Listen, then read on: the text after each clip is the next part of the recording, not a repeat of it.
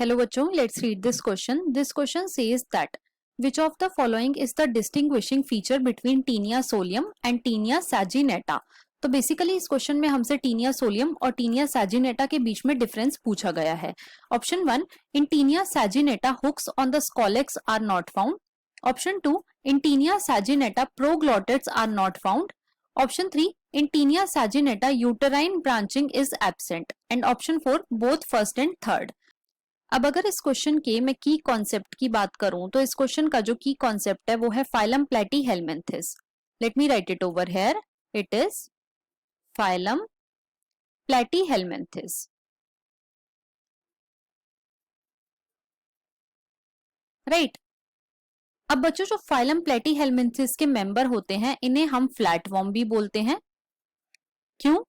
क्योंकि इनकी जो बॉडी होती है वो डॉर्सो वेंट्रली फ्लैटेंड होती है और इन्हें हम टेप फॉर्म भी बोलते हैं. राइट. अब देखो क्वेश्चन में हमसे बात करी गई है about Taenia solium. Taenia solium and Taenia saginata. Second is Taenia, it is Taenia सैजिनेटा.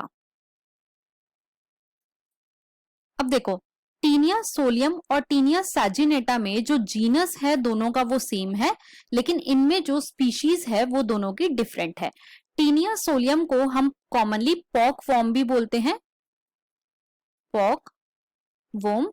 और जो टीनिया सैजिनेटा है बच्चों इसे हम बीफ वॉर्म भी बोलते हैं, बीफ वॉर्म. राइट. अब देखो क्वेश्चन में हमसे पूछा गया है कि टीनिया सोलियम और टीनिया सैजिनेटा में क्या डिफरेंस होता है. ऑप्शन 1 में हमें गिवन है कि जो टीनिया सैजिनेटा होता है उसके स्कॉलेक्स पे हुक जो है वो प्रेजेंट नहीं होते. तो बच्चों ये स्टेटमेंट बिल्कुल हमारी ट्रू है. क्यों? क्योंकि जो टीनिया सैजिनेटा है उसके स्कॉलेक्स के ऊपर बच्चों सक्कर्स तो प्रेजेंट होते हैं लेकिन हुक्स जो है वो एब्सेंट होते हैं. सेकेंड में हमें गिवन है टीनिया सैजिनेटा में प्रोग्लॉटिड्स एब्सेंट होते हैं. तो बच्चों ये स्टेटमेंट हमारी फॉल्स है. क्यों? क्योंकि टीनिया सैजिनेटा में प्रोग्लॉटिड्स प्रेजेंट होते हैं.